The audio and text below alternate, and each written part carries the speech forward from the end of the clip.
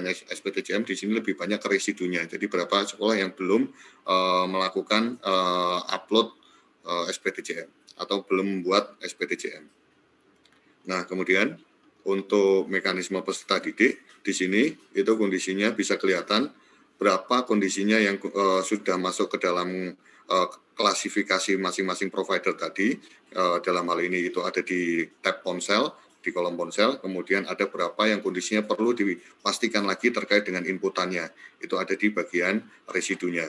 Nah, kemudian untuk yang di bagian provider ponselnya, itu kondisinya di sini bisa kelihatan bahwa berapa yang masuk ke dalam mekanisme provider Telkomsel, ini per masing-masing provider tadi, kelima provider tadi, ini bisa kelihatan sampai dengan level kecamatan.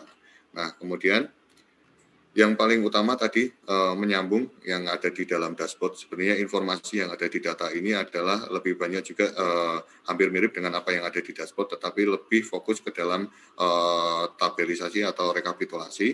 Nah, di sini bisa kelihatan bahwa nanti dari masing-masing wilayah itu bagian mana saja yang kondisinya itu bermasalah. Dalam hal ini nomor tersebut itu dalam kategori tidak aktif atau nomor tersebut itu kondisinya itu saat ini sedang masa tenggang dan sebagainya, itu sudah ada di dalam informasi di sini sesuai dengan data balikan dari rekan-rekan dari provider.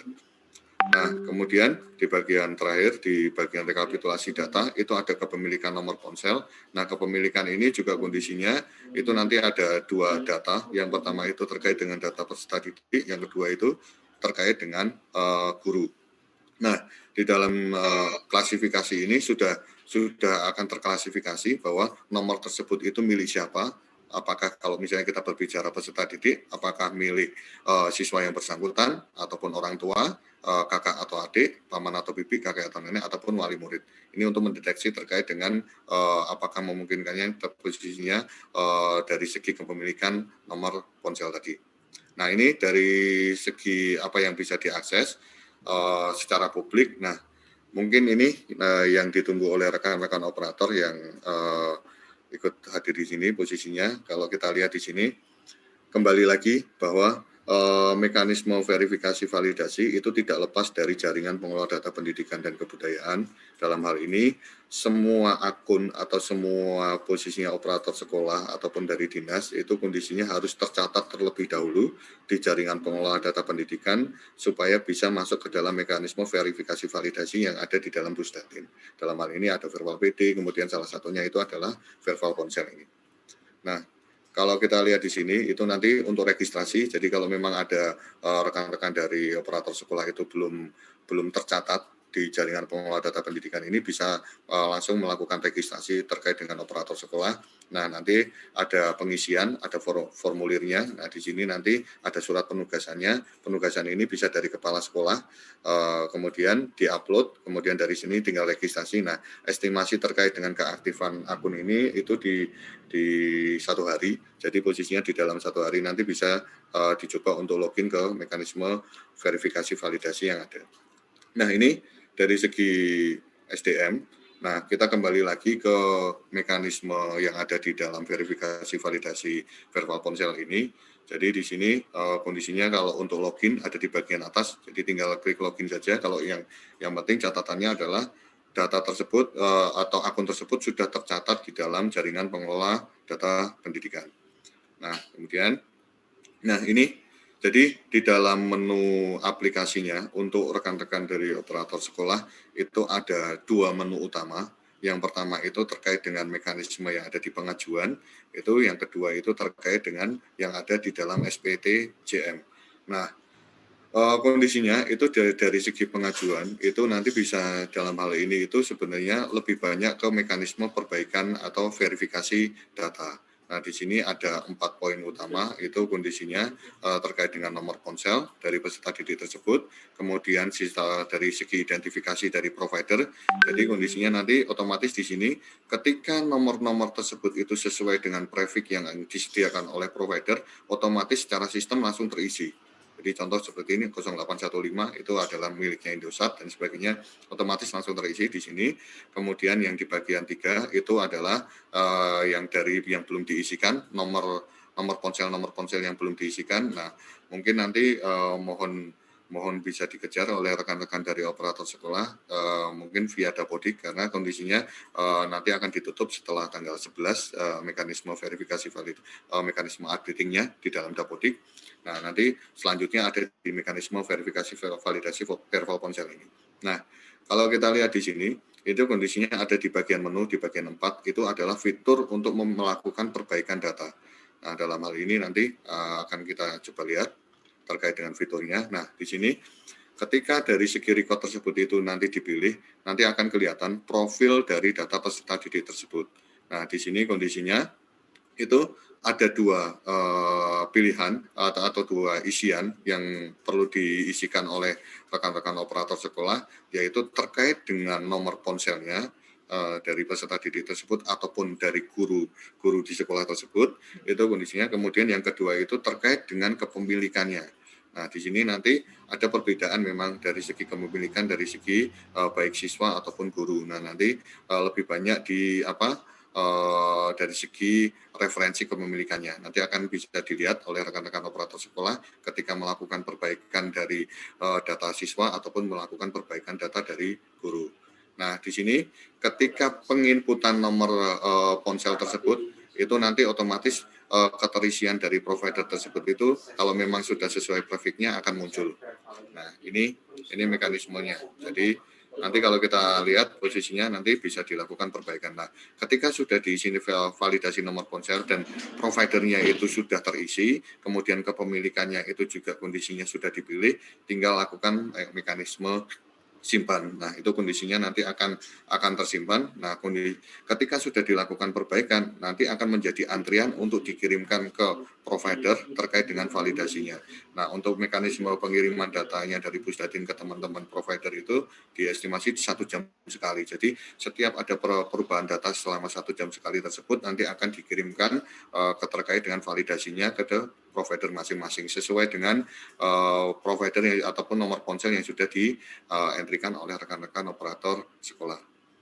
Nah, kemudian di sini untuk residu provider, nah tadi informasi residu provider ini adalah data pengembalian dari rekan-rekan provider. Dalam hal ini adalah data-data yang dianggap kondisinya itu invalid ataupun tidak aktif ataupun ke dalam masa tenggang. Nah, itu nanti akan masuk ke dalam residu provider ini. Nah, harapan kami posisinya ketika rekan-rekan operator sekolah tersebut ada datanya terkait dengan residu provider ini, bisa dilakukan perbaikan data sehingga nanti bisa dilakukan pengecekan ulang terkait dengan nomor-nomor tersebut ke provider masing-masing. Nah, ini dari segi residu provider. Nah, ketika kondisinya data yang sudah ada itu sudah lengkap, kemudian baik itu dari peserta didik, kemudian dari gurunya juga sudah dianggap valid ataupun optimal. Nah, di sini kondisinya step berikutnya itu adalah terkait dengan SPTJM.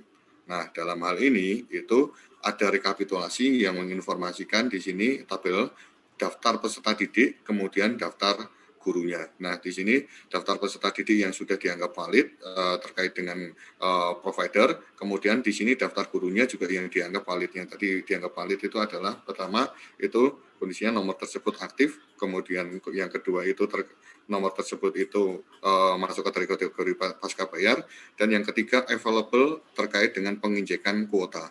Nah, ini maka otomatis nanti akan muncul di dalam list daftar peserta didik ataupun daftar guru. Nah, kondisinya ketika kondisi dalam artian di sini rekan-rekan dari sekolah sudah memastikan bahwa data peserta didik kemudian data gurunya itu sudah sesuai semua, maka di bagian bawah ini ada tombol terkait dengan buat SPTJM. Nah, ketika tombol tersebut itu diklik, itu nanti otomatis keseluruhan data, baik itu peserta didik ataupun guru, itu kerangkum dalam satu format SPTJM. Nah, kondisinya seperti ini. Jadi, ketika sudah dilakukan buat SPTJM, maka otomatis yang tadi di dalam tab belum tersebut akan pindah ke dalam tab sudah. Dalam arti ini sudah di SPTJM kan. Nah, di sini sudah ada nomor-nomor SPTJM-nya, kemudian di sini ini nomornya, jadi kondisinya contoh seperti ini. Ada 90 record kondisinya, dari 100 record data, itu kondisinya 90 record valid.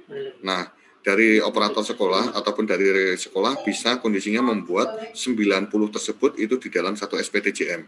Nah, sisanya yang 10 itu sambil melakukan mekanisme verbal, itu kondisinya itu diperbaiki dan sebagainya. Nah, ketika kondisinya itu sudah posisinya itu sudah apa diperbaiki, kemudian dianggap valid oleh provider, maka otomatis kondisinya itu bisa dibuatkan SPTJM berikutnya. Dalam hal ini kondisinya, makanya di sini contoh dari 100 record, 90 record untuk SPTJM pertama, kemudian misalnya nih yang valid ternyata dari 10 tadi, ternyata ada 8 yang valid. Nah itu posisinya yang 8 itu juga bisa di SPTJM kan yang kedua di dalam satu periode yang sama. Dalam hal ini, karena tidak ada pembatasan terkait dengan SPTJM di dalam periode ini.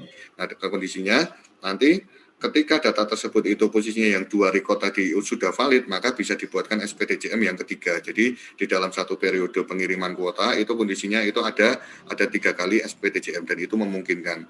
Itu untuk apa? Untuk mengeliminir terkait dengan penumpukan untuk injeksi kuotanya. Jadi kalau bisa dibuatkan terlebih dahulu, nanti biar masing-masing bertahap untuk terkait dengan pengiriman dari segi kuotanya. Nah ini dari segi SPTJM, jadi kalau misalnya SPTJM tersebut berhasil dibuat, otomatis nanti akan muncul di sini. Kalau kondisinya nomor-nomornya itu kondisinya itu dibuat di 2 SPTJM yang berbeda, maka otomatis nomornya juga akan berbeda juga. Nah kemudian yang di bagian terakhir ini terkait dengan mekanisme file dari SPTJM tersebut. Nah setiap SPTJM yang terbuat itu nanti otomatis akan tergenerate satu file terkait dengan SPTJM yang nantinya perlu dicetak, kemudian dibubui materai 6.000, kemudian perlu ditandatangani oleh kepala sekolah. Nah, dalam hal ini masing-masing SPTJM tersebut itu sudah ada jumlah siswanya berapa, kemudian jumlah gurunya berapa yang masuk ke dalam satu SPTJM tadi. Nah, file ini dicetak, kemudian ditandatangani, kemudian dibubui materai, kemudian kondisinya diupload melalui mekanisme yang ada di sini juga. Nah, di sini kalau kita lihat, nah mekanisme uploadnya di bagian tombol upload yang di bawah ini. Nah, ketika sudah klik tombol, nanti akan otomatis muncul laman. Jadi nomor SPTJM-nya berapa, kemudian jumlah siswanya berapa, jumlah gurunya berapa, kemudian ini untuk memastikan terkait dengan filenya. Jadi nanti posisinya mohon dipastikan bahwa nomor yang SPTJM yang akan diupload itu nomornya itu sesuai dengan mekanisme yang ada di sini. Nah, di sini jumlah siswanya berapa, jumlah gurunya berapa, tinggal pilih browse, kemudian unggah SPTJM. Nah, ketika posisinya sudah berhasil unggah SPTJM, nah nanti otomatis akan muncul di bagian bawah ini tanggal uploadnya kapan. Itu otomatis nanti akan kelihatan. Jadi nanti akan kelihatan tanggal terkait dengan tanggal uploadnya. Nah, kalau misalnya nih kondisinya itu SPTJM tersebut itu dibuat 3 kali dalam satu periode, dalam artian dalam 1 bulan ya. Dalam 1 bulan itu dibuat 3 kali, maka di sini rekan-rekan dari sekolah itu juga diwajibkan untuk melakukan 3 kali upload terkait dengan SPTJM yang ada.